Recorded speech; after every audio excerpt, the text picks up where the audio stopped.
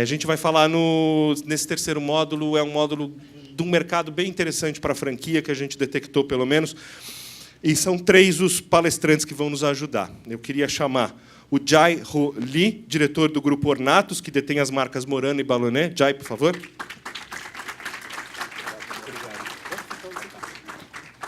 Queria chamar também... tá lá, eu não preciso desse aqui. Abandonar essa tecnologia. Os nomes estão aqui, a minha cola.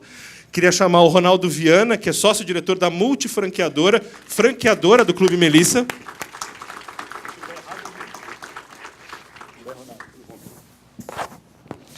E o Maurício Michelotto, se eu errar a pronúncia, ele me corrige, fundador da rede Outlet Lingerie. Eu geralmente combino, falar o bastidor, eu combino. Não é que eu combino, eu pergunto antes, né? Como é que... o sobrenome, às vezes a pronúncia é diferente.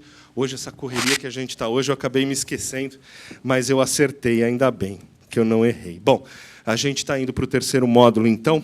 Vamos começar esse módulo perguntando para todo mundo. Queria começar com o Jai, acho que pode começar respondendo. Olha lá, está vendo? Oi, está funcionando? Alô? Aí, está funcionando. Eu queria que você começasse esse módulo falando, na sua opinião, quais são as principais... porque, assim, vender para a mulher é diferente. Não importa se você seja uma franquia ou não, há uma diferença muito importante de perfil e de público. Então, eu queria perguntar para você quais são as principais características das consumidoras. É legal você ter aqui, porque deve ter pesquisa disso tudo, já que vocês atuam também atuam, né? Porque o grupo não é só... não tem só... Tem de acessórios. Então, eu queria perguntar quais são as características desse público feminino e, na tua opinião, o que é mais fácil ou mais difícil de atuar com esse segmento? O que é fácil e o que é difícil também? Obrigado pela presença mais uma vez. Bom, parabéns, Daniel. Muito obrigado pelo convite. Nós trabalhamos com acessórios e alimentação. Agora, exatamente. Isso. No caso de acessórios, nós identificamos uma oportunidade com inserção das mulheres no mercado de trabalho. Uhum. Eu acho que trabalhar com os homens é mais complicado, mulher é um pouco mais complexa. Tem uma diferença ali entre complicado e complexa. Agora, a gente adora trabalhar com o mercado feminino, porque tem um comportamento de consumo diferente de homens. Uhum.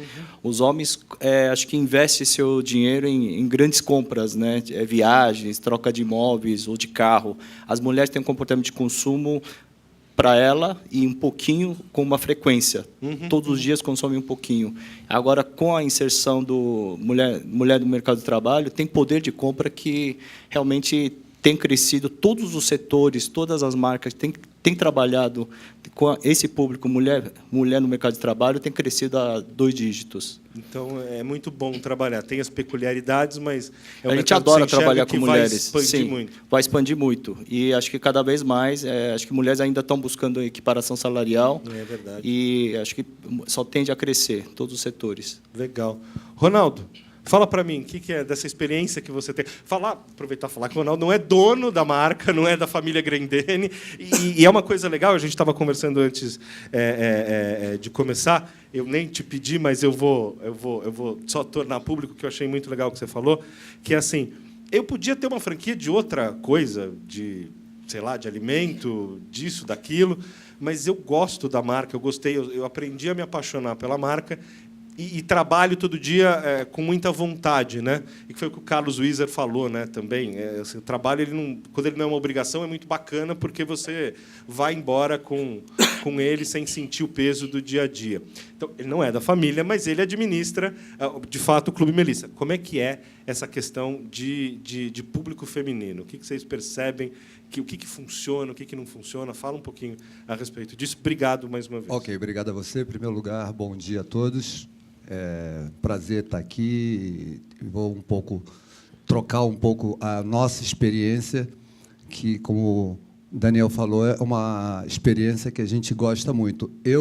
Falar em público feminino, a gente trabalha, como vocês sabem, então, com a Melissa, uma marca de calçados, né, injetados, e de design, assinaturas, mas falar em público feminino, de consumo, e falar em calçados, já se juntou 2 fórmulas aí que são bastante consumidas e vitoriosas. É verdade.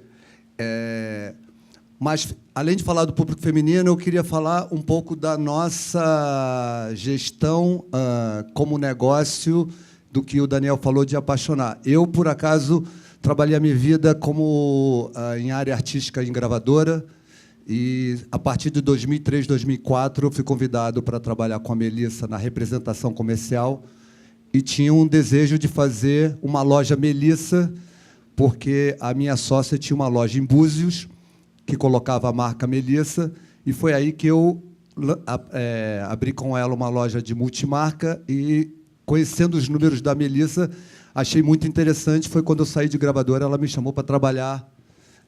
Vou dar um resumo breve só. Um resumo breve. Mas você trabalhou na indústria musical, né? Eu trabalhei em gravadora na EMI e na Sony, mas aí... E adorava, era uma questão sempre de você ter um risco, ter uma inovação a cada trabalho de um artista. O que aconteceu no trabalho anterior não garantia o futuro da próxima. E trabalhando em varejo de moda, é sempre uma inovação constante e é sempre um desafio. Isso, ao contrário do que pode parecer de risco, é uma razão de motivação para trabalhar nesse negócio.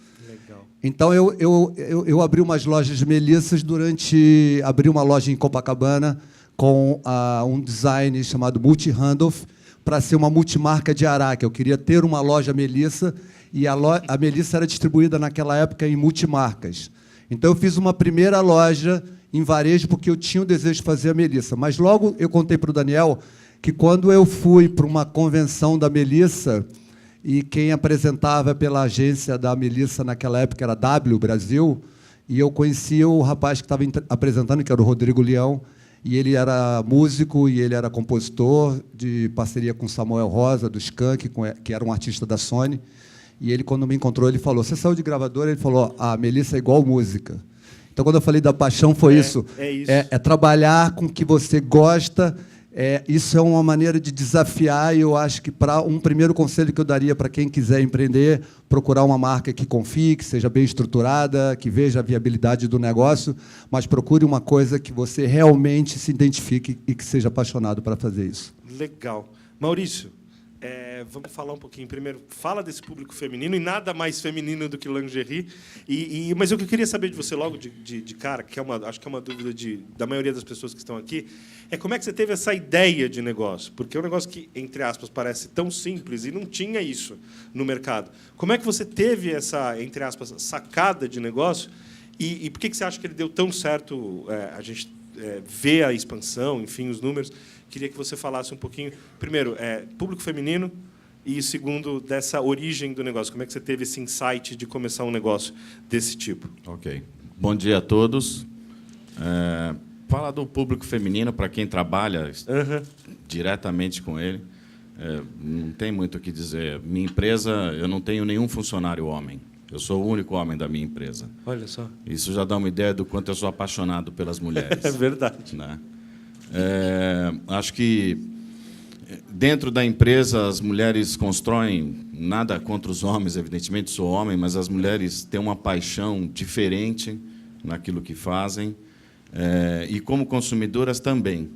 Né? Elas são consumidoras apaixonadas. Agora, são muito mais exigentes do que os homens. Legal. Os homens costumam ser mais fiéis a determinadas marcas, e as mulheres trocam de marca ao primeiro problema que enfrentam.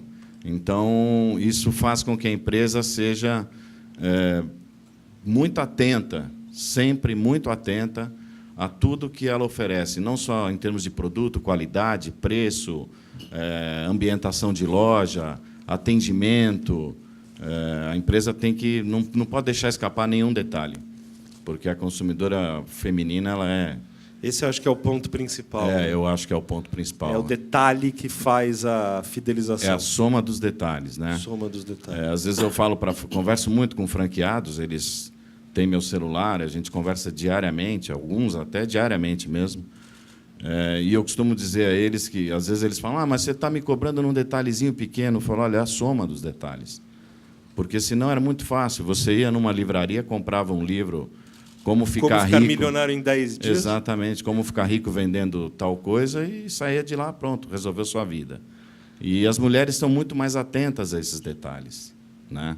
Agora, elas são apaixonantes, elas vibram quando você acerta, você sente nitidamente isso. Você não precisa dispor de muito tempo para saber se você acertou ou se errou. É muito rápido isso. O retorno é muito rápido. É apaixonante, eu gosto muito de lidar com elas. E essa sacada de negócio? Bom, eu estou nesse ramo há 33 anos. Só isso? Entrei na indústria de lingerie, entrei como auxiliar de escritório e nessa primeira empresa saí 10 anos depois como diretor comercial e depois fui gestor de algumas outras marcas. Então, é um problema que eu enfrentava na indústria, nessas 6 ou 7 empresas que eu trabalhei, do que fazer com um produto de coleção passada, um produto nobre, com renda de primeiríssima qualidade, aviamentos de primeira qualidade, tecido, mas que eram de coleções passadas, não interessavam mais para a indústria. Então, esses produtos ficavam lá sem ter um fim. E aí eu criei uma empresa que fosse dar fim a esse produto, fosse consumir isso, mas de uma maneira sem depreciar o produto, porque a gente só trabalha com marcas boas lá, né? Eu não posso depreciar uma marca que a mulher respeita tanto, não é verdade? É verdade. Então, eu criei uma loja com uma ambientação agradável, com produtos de primeira qualidade e com preços realmente diferentes do mercado. Acessíveis. Mas foi graças à experiência de 28 anos que eu já tinha. Quer dizer, hoje 33 que eu estou, mas eu tinha 25 de indústria, né, quase. Muito bom. Minha empresa tem 7 anos. 7 anos já. 7 e pouquinho. Tá bom, já está passando aquela curva do desespero que a gente costuma dizer com 5 anos, que é a maioria dos negócios. Infelizmente, a gente tem muita gente que não, principalmente aqui, não né? consegue chegar em 5 anos. Né? A própria pesquisa do Sebrae indica isso, né? Que assim, se passou 5 anos, os 5 primeiros são horrorosos. Vamos dizer assim, falar. Nesse aspecto, a franquia ajuda bastante também, né? Legal, ajuda. Ela minimiza muitos erros, né? A gente já bateu a cabeça por eles, né? Tem isso também, né? Já aprende a errar. verdade. Me diz uma coisa, já eu vou começar de novo com você, uma pergunta para todos também, mas eu queria saber o que você acha que é o futuro desse segmento, ou seja, assim, do segmento que você atua especificamente, olhando do ponto de vista, claro, das franquias, ou seja, você acha que esse mercado, moda, beleza, que é a Cristina da BF falou que foi um dos setores que puxou o crescimento nesse primeiro trimestre, né? Foi a alimentação fora do lar, que você está, e foi o segmento saúde e beleza que vocês estão, de alguma forma, inseridos. Esse mercado ele tende a crescer ainda mais? Quer dizer, existem muitas oportunidades ainda, e de que forma essas oportunidades você acha que elas aparecem, se configuram para valer no mercado? Muito bem colocado, Daniel. Nós estamos em 2 segmentos que é muito resiliente, não tem interferência de tecnologia.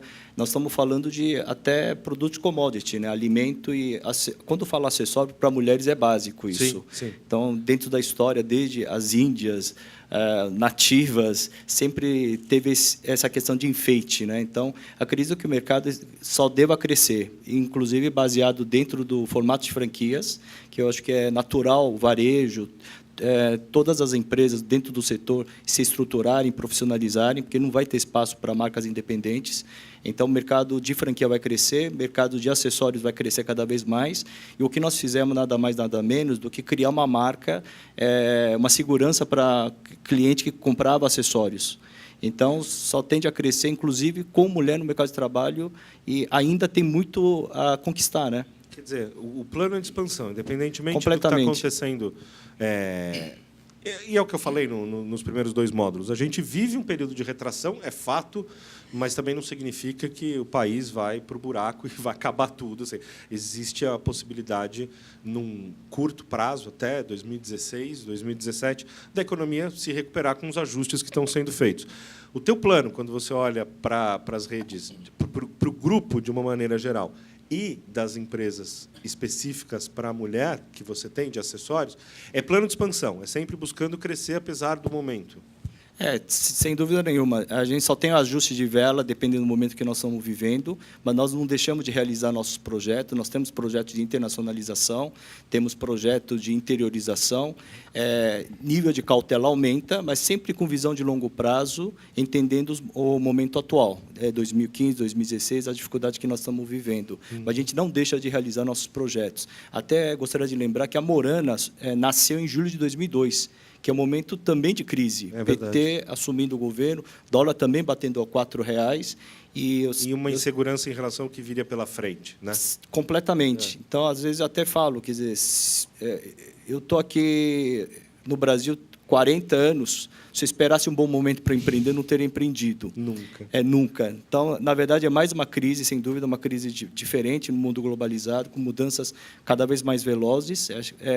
Demanda muita competência da nossa parte para reagir com velocidade, mas muda nosso preparo, mas não muda nossos projetos, e a gente continua investindo em todos os projetos, principalmente em internacionalização, para se tornar uma marca global mesmo. Baita desafio. Ronaldo, como é que estão as coisas lá? Me fala, o futuro, como é que vocês estão planejando o futuro? Como é que vocês enxergam o que vem por aí? Tá. Então, só para ficar claro, nós somos a multifranqueadora, e a multifranqueadora ela nasceu na gestão, em toda a formatação, e cuida do canal de franquia da Melissa. Exato. Mas nós não somos a franqueadora da Melissa. Nós já fomos a franqueadora da Jelly. Quando nós fomos para o mercado, a pedido da Melissa, quando eu tinha as lojas, como eu falei, das multimarcas Melissas, nós formatamos, a minha sócia, a Débora Coelho, que formatou todo o projeto de franquia, nós levamos para a Grendene, que é a dona da marca Melissa, e eles aprovaram o projeto, e nós passamos a representar a marca num projeto de franquia, como Jelly, e aí foi uma coisa muito louca, porque a gente, além de toda a gestão nós éramos franqueadores da marca Jelly, que representava a Melissa no mercado. E a gente lançou a Jelly em 2008, e nós fizemos, durante 4 anos, 62 lojas Jelly. E depois a Melissa nos chamou, fizemos um outro negócio com eles, e aí oficializou-se o negócio para qual poderia já ter nascido como Melissa. E as Jellys, em 12 de setembro, todas as lojas Jelly viraram Clube Melissa, e agora nós estamos com 187 lojas. 187? Então, 187 lojas. Então, nós somos aí deixamos de ser a franqueadora Jelly, e não mudou nada o nosso papel perante ao canal de franquia da Melissa, mas aí nós passamos a ser a multifranqueadora, que é uma empresa de gestão, desde a contratação do franqueado e da aprovação, como toda a gestão do negócio. Então, nós estamos, depois de 7 anos, fazendo desde aquela loja multimarca, o processo da Jelly, e oficializando essa parceria com a Melissa, com tantas lojas, a gente tem um modelo de negócio, e agora a gente assinou uma outra marca. Então, tem tantas gestão de franquias, como grandes grupos. Nós somos a multifranqueadora, que temos uma única marca durante esses anos, mas nos orgulhamos do volume e da complexidade desse negócio.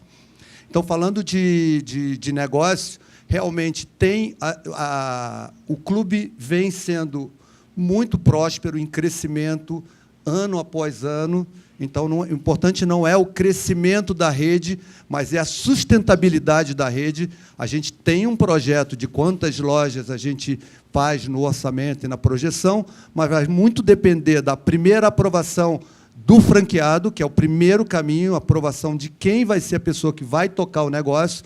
E nós temos, em termos mesmo para esse ano, o nosso plano é entre mais 40 e 50 clubes Melissa, que era o nosso plano original, e nós continuamos, mesmo nesse primeiro quadrimestre, a gente continua a ter um crescimento sobre uma base do ano passado, o que é realmente uma coisa muito importante e muito representativo. Apesar do menor fluxo em shopping, a gente, incrivelmente, claro que se não tivesse com essa dificuldade, daí a gente estaria com uma situação melhor. Então, empreender no Brasil realmente, você tem sempre novos desafios, e esse, infelizmente, é um desafio que todo mundo está correndo agora, e tem que sobreviver e procurar caminhos para que continue competitivo e procurar outras soluções para continuar sendo efetivo nesse mercado. E eu queria deixar claro nossa história com a Melissa é que a inspiração por trás do que nós fazemos de serviço é ter uma marca como a Melissa, que tem 35 anos e que é uma marca que vende no mundo inteiro, estruturada e tal. Isso é muito importante. Muito importante. Esse evento reforça, é impressionante. Eu fico impressionado com os números do setor de franquias. Assim, cresce, expansão, consegue. Claro que esse ano, por exemplo, 2014, os números indicaram um crescimento menor do que o que houve em 2013, mas ainda assim cresceu, e cresceu muito mais do que a economia. É uma coisa realmente impressionante. Maurício, fala um pouquinho sobre o futuro. Só uma pergunta, uma dúvida. Vocês têm operação em shopping? Temos. Tem também poucas, uma parte... Poucas, mas tem, né? Porque mas temos. você concentrou a expansão na rua, né? Na rua, onde o custo operacional é mais baixo. Fala um pouquinho disso, porque, vamos falar, já que a gente está falando de expansão, quando você planejou essa expansão, e isso chamou a nossa atenção, você foi para a rua, sem falar do movimento que a gente teve até um pouco tempo atrás. Mas você foi para a rua. Me explica o motivo disso. Bom, são dois principais motivos, né, minhas operações estarem na rua. O primeiro motivo é que como eu fui da indústria há muitos anos e tenho um ótimo relacionamento com a indústria, com os meus fornecedores, eu não posso agredir os franqueados deles. Entendi. Se eu vendo 40% mais barato do que as próprias marcas, eu não posso Em shopping. agredir diretamente os franqueados deles. Segundo motivo é que todo mundo sabe, os custos dos shoppings são bem mais altos. A minha operação é uma operação low cost, então eu não posso permitir que um franqueado pague 20, 30, 40 mil reais por mês de aluguel, entre aluguel, fundo de promoção, condomínio e tudo mais.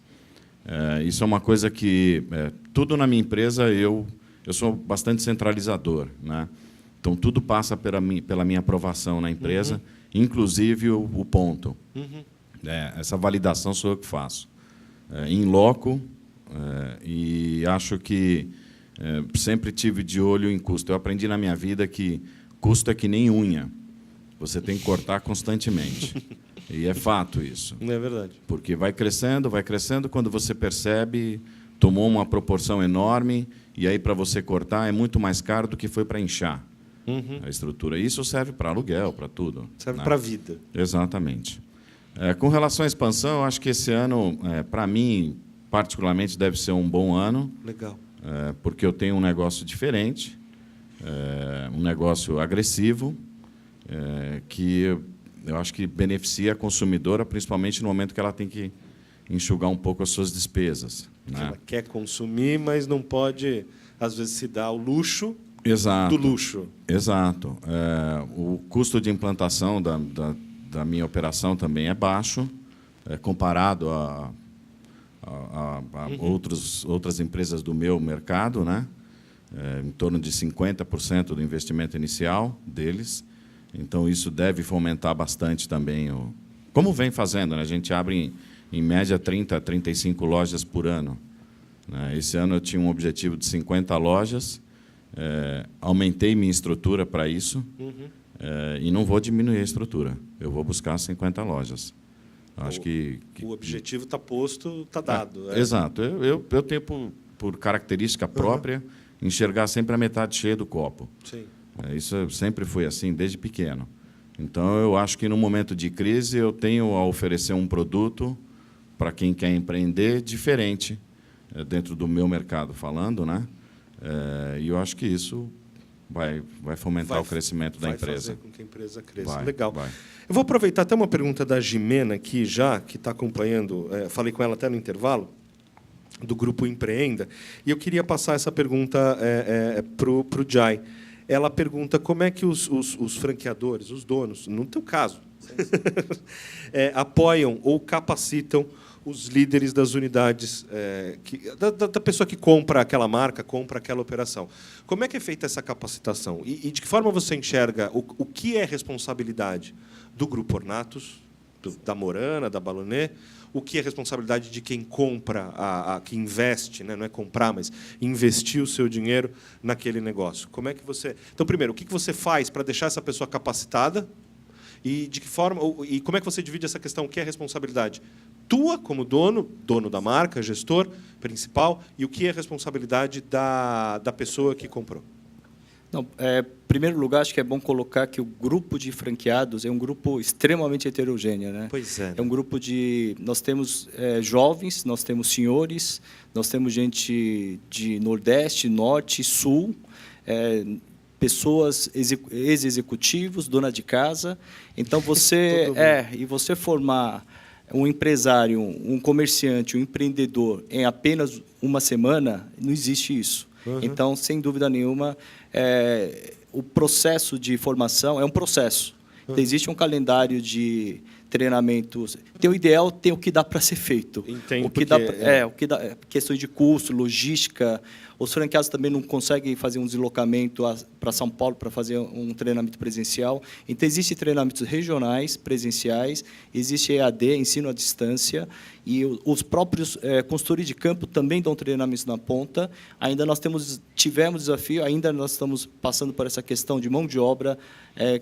No caso de varejo, ninguém quer trabalhar no varejo, porque tem questão de sábado e domingo. Então, a gente trabalha com turnover relativamente alto. Acima do mercado. Nenhuma criança quer ser um vendedor de loja quando crescer, né? Então, nós temos esse desafio. Então, toda hora é um treinamento, é um processo. Agora, como franqueador, minha obrigação é sempre estar atento ao modelo de negócio para essas mudanças. O modelo foi formatado dentro de um ambiente que transforma. Então, minha preocupação sempre é equação equilibrada entre todos os stakeholders. Agora, o franqueado tem a preocupação de ponto de venda, salão de vendas e conhecimento do mercado local.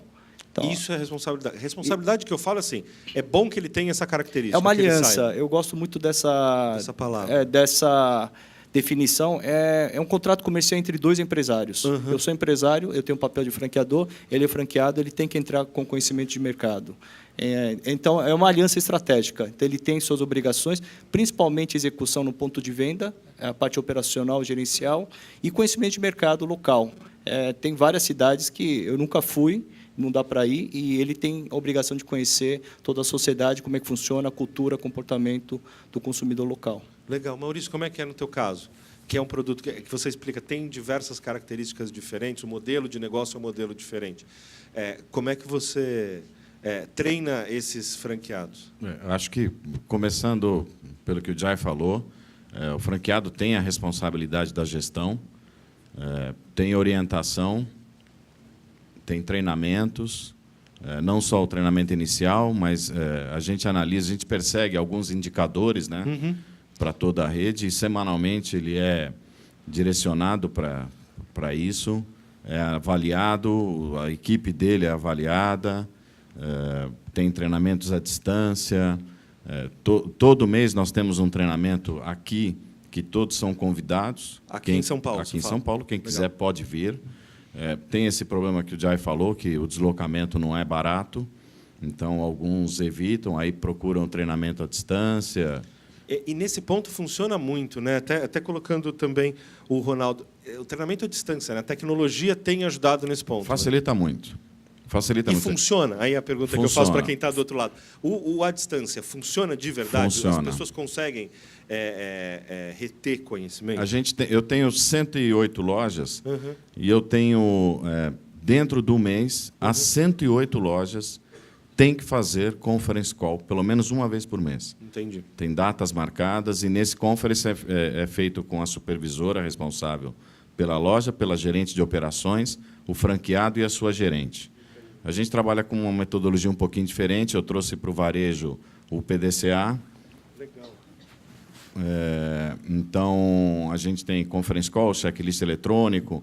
Eu tento disponibilizar o máximo de ferramentas possível, porque o deslocamento ele é caro para o franqueado, também é caro para a franqueadora.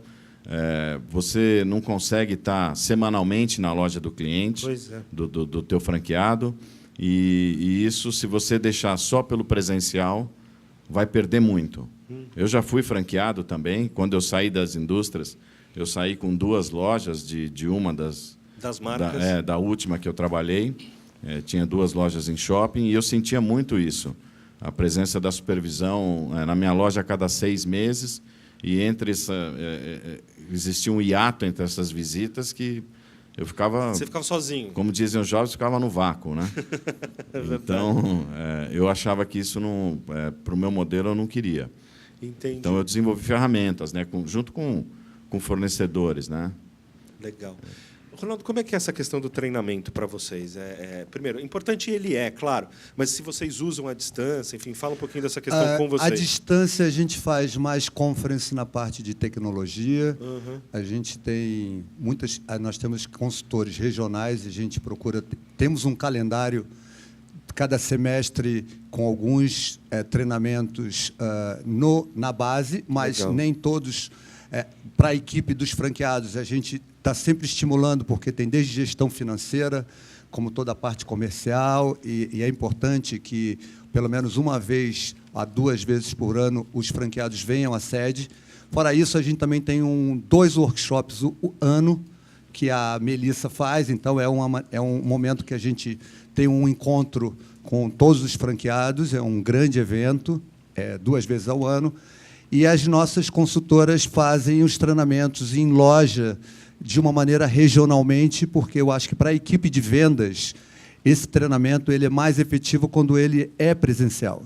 A gente está pensando em fazer uma conferência para todos os vendedores de um conference, mas de que maneira a gente possa fazer isso de uma maneira ao vivo, para que realmente tenha uma eficiência no treinamento, porque você não sendo presencial, presencial já tem que ter um estímulo e tem que ter uma programação muito bem feita.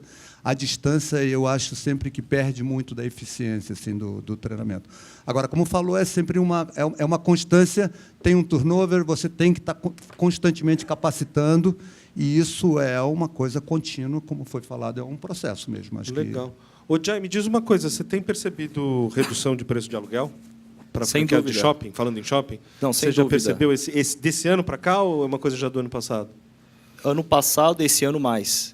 Sem dúvida nenhuma, a procura de franquia diminuiu uns 20%, 30%, mas o pessoal que tem que entender que o investimento é feito com visão de longo prazo, é momento de entrar, igual bolsa, você compra na baixa, não na alta. Então, nesse momento, inclusive, alguns franqueados que nós ajudamos, inclusive renegociação de aluguel, são contratos assinados há 2, 3 anos, um momento bom. Então, eles entraram na alta, agora com a baixa, eles têm dificuldade de fechar conta, onde a gente acaba ajudando nesse processo de negociação.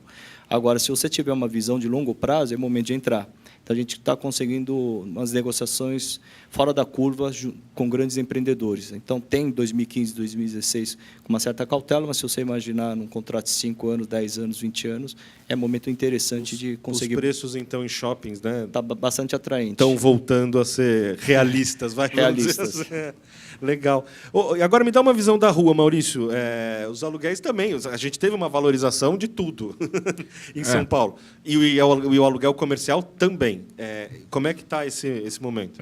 Como dizem, né, tem 2 redes de franquia que são as que mais crescem no país, que é a rede Tapume, em shopping center, e aluga-se na rua, né? Pois Isso, evidentemente, faz uma pressão enorme em cima dos proprietários de imóveis, né? E faz com que os preços caiam.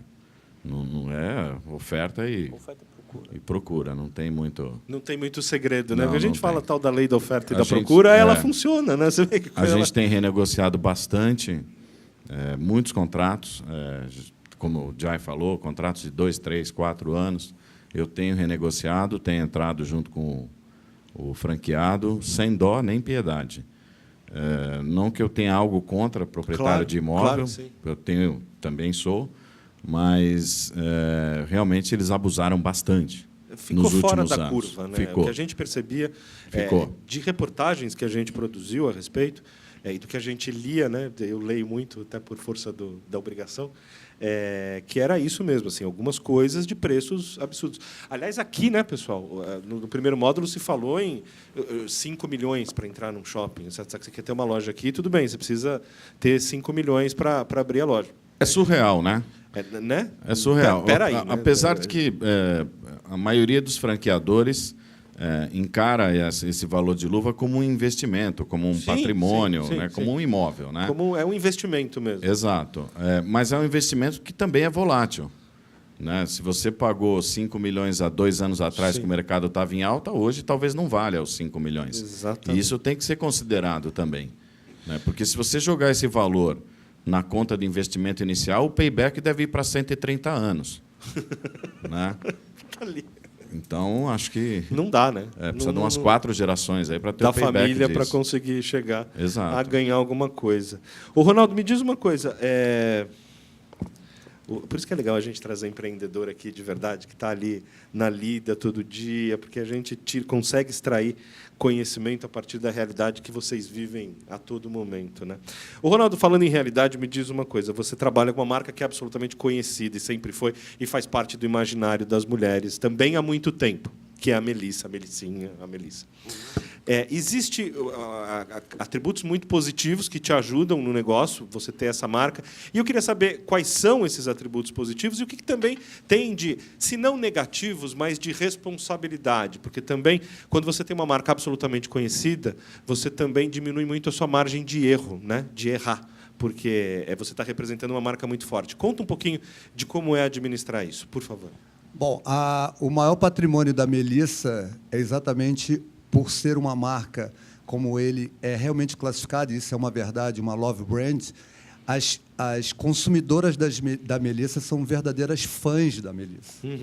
Tem comunidades, a comunicação é uma coisa de serem apaixonadas, e isso é tanto que quando virou Clube Melissa, o slogan é bem feliz, uma criação do marketing da Melissa, era todo mundo que tinha de parceiros da Melissa, de Vivienne Westwood, de Campana, eram sócios, e você também era sócio e já não sabia. A gente diz que o clube foi feito depois que já existiam as sócias.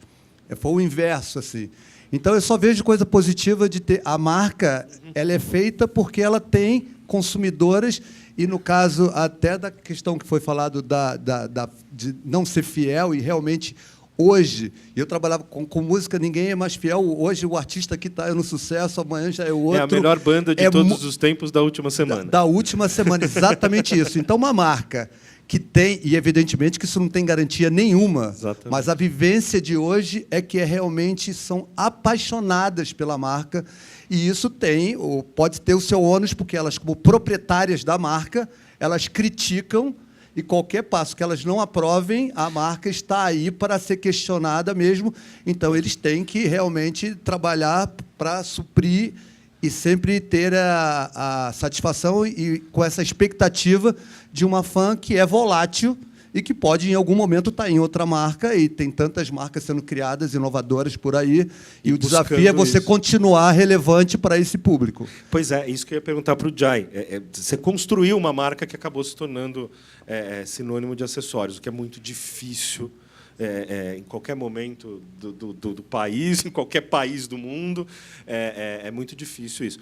E a pergunta que eu te faço é: como não deixar que essa síndrome que a gente falou, da melhor banda de todos os tempos da última semana, se aplique no negócio? No teu caso, assim, quer dizer, você chegou num patamar em que é reconhecido por todas as consumidoras. Como manter isso? Eu acho que esse é um desafio muito, muito, muito grande, né? Nós temos um checklist, a gente vai checando.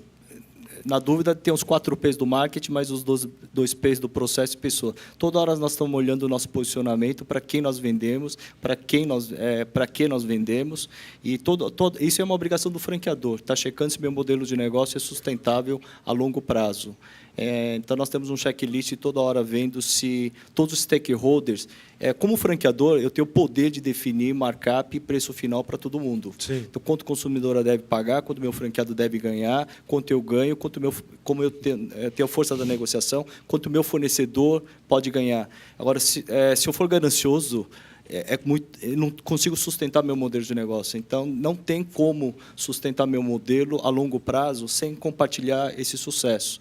Então, acho que o grande segredo de longevidade de qualquer modelo é compartilhar esse sucesso, esses resultados, entre colaboradores, franqueados, fornecedores, todos os stakeholders. Esse é o meu maior desafio hoje. Você falou de expansão para fora, né, do país. Sim. Esse ano vocês estão trabalhando com isso. Exatamente esse momento, nós estamos com 3 obras nos Estados Unidos, em Houston, Flórida e Atlanta. E nós já temos loja em Califórnia. Ah, tá. Nós estamos abrindo nos Estados Unidos 6 lojas até final do ano. E na Europa a gente já conseguiu entrar também no El Corte Inglês, na Espanha. Espanha também tem sido um dos países que tem crescido, tem reagido bem ao tipo de produto. Ao tipo de com produto, acessórios, com Morana. Com a Morana. Com a Morana. A marca que está indo é a Morana. Nós conseguimos entrar dentro do El Corte Inglês em cidade de Málaga. E agora nós estamos negociando com o Aircote, porque eles têm 103 Aircote na Espanha. Na Espanha. Então, lá a gente consegue uma escalabilidade. Acertou o modelo, a gente consegue abrir 20, 30 rapidamente. É aí esse ponto, vocês estão ajustando esse modelo. Exato. Aprendendo a trabalhar lá fora. É muito diferente? Aproveitando, vou fazer a consultoria aqui, ninguém está ouvindo a gente. É muito diferente. É muito diferente, é outro modelo de negócio. Inclusive, a gente procura contratar profissionais locais para entender, como eu falei, não é falar língua, precisa entender a cultura local. Então, desde a arquitetura, a comunicação, a gente acaba contratando profissionais locais, na Europa ou nos Estados Unidos. Executivos que conheçam essa cultura. Exatamente. E a gente faz muito benchmark em cima de marcas já consolidadas lá, que são marcas que estão chegando no Brasil, né? Pandora, Swarovski, Tools, tem várias marcas internacionais de sucesso. E, pelo que eu percebi, a energia que a gente colocou hoje, a Morana, nós temos 300 pontos de venda no Brasil e abrindo 40, 50 lojas novas por ano. Se fosse na Europa, acho que, pelo benchmarking que nós fizemos com 11 marcas europeias, eles têm, em média, 1.200, 1.300 lojas. Se estivesse num ambiente chamado Europa, acho que nós estaríamos com 1.200, 1.500 lojas. Nos Estados Unidos, nós estaríamos com 0 a mais, que seriam 13.000 lojas. Mas é outra rentabilidade, outra venda, outro mundo. Estados Unidos é uma loucura, né? Atlanta é uma coisa, você falou Atlanta, Houston e Miami. Nós estamos abrindo propositadamente, exatamente. Para saber como é que funcionam as duas costas. Até para entender se é franqueável. Entendi. E, nesse momento, a gente até está achando que não é franqueável. Entendi. Inclusive, a gente vê poucas marcas de rede de moda que são franquias. Vê muitas franquias no setor de alimentação. Estados Unidos é impressionante. Esse setor de alimentação, eu acho que é o principal de franquias lá, né? Agora, acessório, a gente não está... Até pelo markup que a gente precisa praticar para fechar a conta, tem custo de ocupação e mão de obra, a gente não sabemos se é franqueável. Muito bom. Ronaldo, tem diferença, a gente fala de diferença internacional, tem diferença aqui no Brasil de consumidora? Assim, consumidora do Sudeste, ela tem algumas características próprias que, quando você vai para outras regiões, Sul, não, às vezes Norte, tem diferença até de região na própria cidade. Ah, é? Eu acho. Você pega a venda, o mix da loja, em determinados shoppings, em determinadas regiões e regiões na própria cidade tem uma diferença de mix. Então, você fala em São Paulo. O que funciona, por exemplo, aqui, vocês têm aqui, né, funciona no shopping? Higienópolis não é a mesma coisa que funciona no Aricanduva. Por exemplo? Por exemplo, em termos de mix. Mix de produto na loja, o que está à venda ali. O mix é o mesmo, mas a venda é diferente, dos principais itens tem diferença. Como no Sul tem uma diferença mais gritante, no Norte e Nordeste outra. No Rio de Janeiro já é uma coisa mais híbrida. Entendi. Eu sou franqueado de 8 lojas. Pois é. Então eu tenho o dever de casa do meu demonstrativo de resultado, a minha estrutura, os meus treinamentos com as minhas supervisoras e com gerentes. Então é muito importante isso, porque eu sei exatamente qual é a minha dificuldade, qual é o meu desafio. E isso é muito importante para dialogar com os franqueados, porque, na verdade, nesse caso, como eu não sou o dono da marca, eu sou exatamente um franqueado, igual o franqueado na qual a gente, como master franqueador, contrata e faz a gestão. É importante. Legal. Loja de rua, Maurício, fala um pouquinho para mim de uma coisa que eu queria te perguntar. O fluxo de pessoas é o fundamental quando você olha para a expansão por uma loja de rua, ou não é só isso? Porque tem essa coisa de que você está na rua, você precisa de fluxo para as pessoas olharem a tua loja. É só isso? Ou não, só isso não é, mas esse é o mais importante? É importante, mas é importante que seja um fluxo de pessoas que tenham algo a ver com o meu negócio. Eu só vendo grandes marcas lá. Marcas reconhecidas. Eu não vendo preço.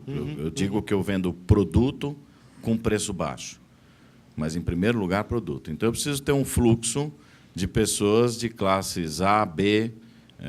Eu acho que pessoas de classe C e D já procuram um outro tipo de produto, um outro tipo de loja. Entendi. Então, é necessário ter fluxo, não tão intenso, porque onde tem fluxo muito intenso, geralmente são classes C e D. Entendi. Né? E para você não é...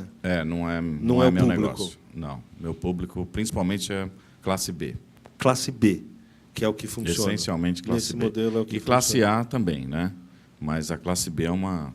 É onde está ali a margem maior, a proporção maior acaba sendo da classe B. Também. Muito bom. Bom, a gente falou de crescimento de franquia no primeiro módulo. Até a Cristina da BF deu alguns números interessantes para a gente. Um número de expansão de 9% no trimestre. A gente abordou isso no começo. Queria voltar só um pouquinho, que é a questão de como vocês enxergam esse mercado daqui a alguns anos, do ponto de vista de quem vai procurar vocês para abrir uma franquia. Quer dizer, vocês acham que esse mercado vai crescer cada vez mais o interesse das pessoas e de que forma essa competição também, porque são muitas marcas novas aparecendo, muitos negócios novos aparecendo. De que forma vocês se preparam para continuar atrativos para quem quer investir, né? Que acaba sendo a força motriz de crescimento de vocês. Jai, se você puder começar. Acho que eu peguei o finalzinho da apresentação do Marcelo, certo? Tem acontecido um pouco profissionalização dos franqueados. Eu participo também, eu estou no mercado de franquia há 25 anos também. Muito tempo. Então, eu percebo a mudança do perfil dos franqueados e dos franqueadores também. Então, os franqueadores têm se profissionalizado, os franqueados também têm se profissionalizado. Dentro do nosso grupo, nós temos franqueados com 12, 15 lojas também. Então, eles criam uma estrutura, são franqueados extremamente capazes, preparados, ex-executivos. Muitas vezes chegaram até nosso grupo a mulher que, entre aspas, era o risco, empreendendo alguma marca, no caso nosso, da Arezzo, Boticário, etc., e o marido era executivo. Agora inverteu, né? O marido ficou risco, ela a segurança.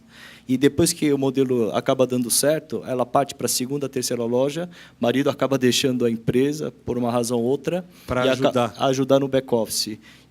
Ou tem surgido também 3, 4 amigos ou parceiros comerciais que, para diluir o risco e diluir o trabalho, completar as competências, eles formam um grupo de 3, 4 executivos, abrindo várias franquias. Isso a gente tem observado bem e tocam com muita excelência, muito focado em resultado. Porque esse é o ponto. Eu acho que é a busca por excelência, né? Sim, acho que não tem mais margem para gordura hoje, né? Às vezes você pega uma pessoa só investindo, pode ter algum problema que talvez esse grupo resolva para você. Sim, além do capital, eles entendem como uma aliança entre eles e para diluir o risco e poder crescer em outras regiões também. Entendi. E a tua perspectiva, Ronaldo, para o país? Você acha que vocês trabalham lá na multifranqueadora com uma perspectiva de melhora a partir já desse ano ou só a partir do ano que vem mesmo? Aí eu estou falando daqueles ambientes que a gente sabe, né, quando vai fazer plano de negócios ou quando vai olhar, você olha o interno e olha o externo. Olhar o externo significa também a questão da concorrência, mas a questão do país. Como é que vocês, lá no plano de negócios, enfim, no planejamento, está como o ambiente externo para vocês? Como eu falei, no nosso planejamento, a gente continua por uma questão de crescimento, por uma questão de que a sustentabilidade, como a operação, como o negócio é lucrativo, evidentemente que cada negócio aberto, você tem que ter um cuidado, porque cada negócio, cada unidade é uma unidade. Então, o que eu falo, não em termos macroeconômicos e de futuro, todos torcemos para que esses ajustes fiscais realmente consertem o que vinha desde já prometendo essa crise aí, por conta dessa má gestão econômica, de uma maneira política e econômica mesmo, que no ano passado, que já tinha uma questão de crise, se falava em determinados segmentos, nós vimos operando realmente com um ótimo resultado. E eu acho que isso é um conjunto de fatores. Primeiro, você tem que entender se a sua marca ela é competitiva, ela é diferenciada no mercado. E outra coisa é se o seu modelo de negócio está bem estruturado e tem uma boa gestão, não só com os parceiros que você contratou, como o nosso dever de casa de ser um bom suporte para que os franqueados tenham uma boa segurança nesse negócio. Então, eu fico achando, às vezes tem uma crise e determinados segmentos surfam na crise. Exatamente. Eu falo que eu já tive loja em 2006, 2007, 2008, às vezes era um Natal fantástico e que as pessoas migravam para a linha branca ou para automóvel, para celular. Então, e já tive momentos que você pode dizer que está em crise. Eu gosto muito de estar conversando com parceiros, principalmente de moda e de negócio, porque eu gosto de falar sobre negócios, mas eu gosto também de olhar para o nosso negócio. Como é que a gente está estruturado, como é que a gente está posicionado, como é que a Melissa tem um preço acessível, como é que aquela fã está sendo satisfeita dentro daquele produto que está sendo entregue. Então, claro que quando entra uma retração econômica não é bom para ninguém. Eu acho que é bom só para quem vai renegociar com a oferta e procura nos pontos comerciais. Mas a falta de fluxo, nós trabalhamos com uma questão time shopping, com custos altos, e quando o shopping está vazio, evidentemente que a gente tem um certo impacto, e isso não é bom para o nosso negócio. Legal. Para a gente encerrar, Maurício, vou te fazer uma pergunta que chegou aqui para a gente, que tem a ver com a definição do plano de metas da empresa como um todo e como isso é compartilhado com quem é proprietário de uma franquia, com quem é dono de uma franquia. Vocês se reúnem, estabelecem isso junto, isso parte de vocês, e, a partir daí, a coisa é repassada para eles? Como é que funciona as metas que vocês juntos vão ter que chegar? Não, com relação a franqueados que já estão na rede, eu deixo que eles tomem essa decisão. Ah, é? Porque isso envolve capacitação financeira, capacitação de gestão, e por mais que eu esteja observando eles muito proximamente, eu não sei qual é a capacitação financeira disponível dentro da cabeça dele, dos planos que ele tem. Então, eu deixo que eles definam. Para isso, a gente tem um contrato que dá esse tipo de segurança para o franqueado, com 2 anos de exclusividade, para que ele não tenha essa pressão. Né? Mas, hoje, dentro da rede, a gente já tem 17 franqueados com 2 ou mais unidades, e temos mais 10 que sinalizaram que vão abrir mais unidades esse ano. Justamente, eu acho que porque não tem essa pressão em cima deles. A gente não exerce essa pressão. É discutido de maneira bilateral. A expansão interna. Entendi. Interna. Né? E a externa é o planejamento teu, né? Exatamente. Aí de buscar novas pessoas ou novos grupos para... Exato, mas eu prefiro sempre a interna. Eu prefiro, porque são pessoas que eu já conheço. Entendi. Como eu disse, eu sou um pouco centralizador. Eu gosto de ficar de olho em tudo. E são pessoas que eu já conheço, é mais fácil de lidar. Entendi. O desconhecido é sempre mais difícil. É verdade. Bom, né? Agradecer, a gente está chegando no final do nosso 3º módulo, então eu queria agradecer o Jai Roli, diretor do Grupo Ornatos, que tem, entre outras marcas, tantas, a Morana e a Baloné. Obrigado, Jai. Muito obrigado. Agradecer o Ronaldo Viana, sócio-diretor da Multi franqueadora do Clube Melissa. Ele explicou aqui como é que funciona. E o Maurício Michelotto, fundador da rede Outlet Lingerie. Gente, muito obrigado, viu, gente? Obrigado, Muito obrigado, Daniel. Obrigado a Muito todos. Obrigado.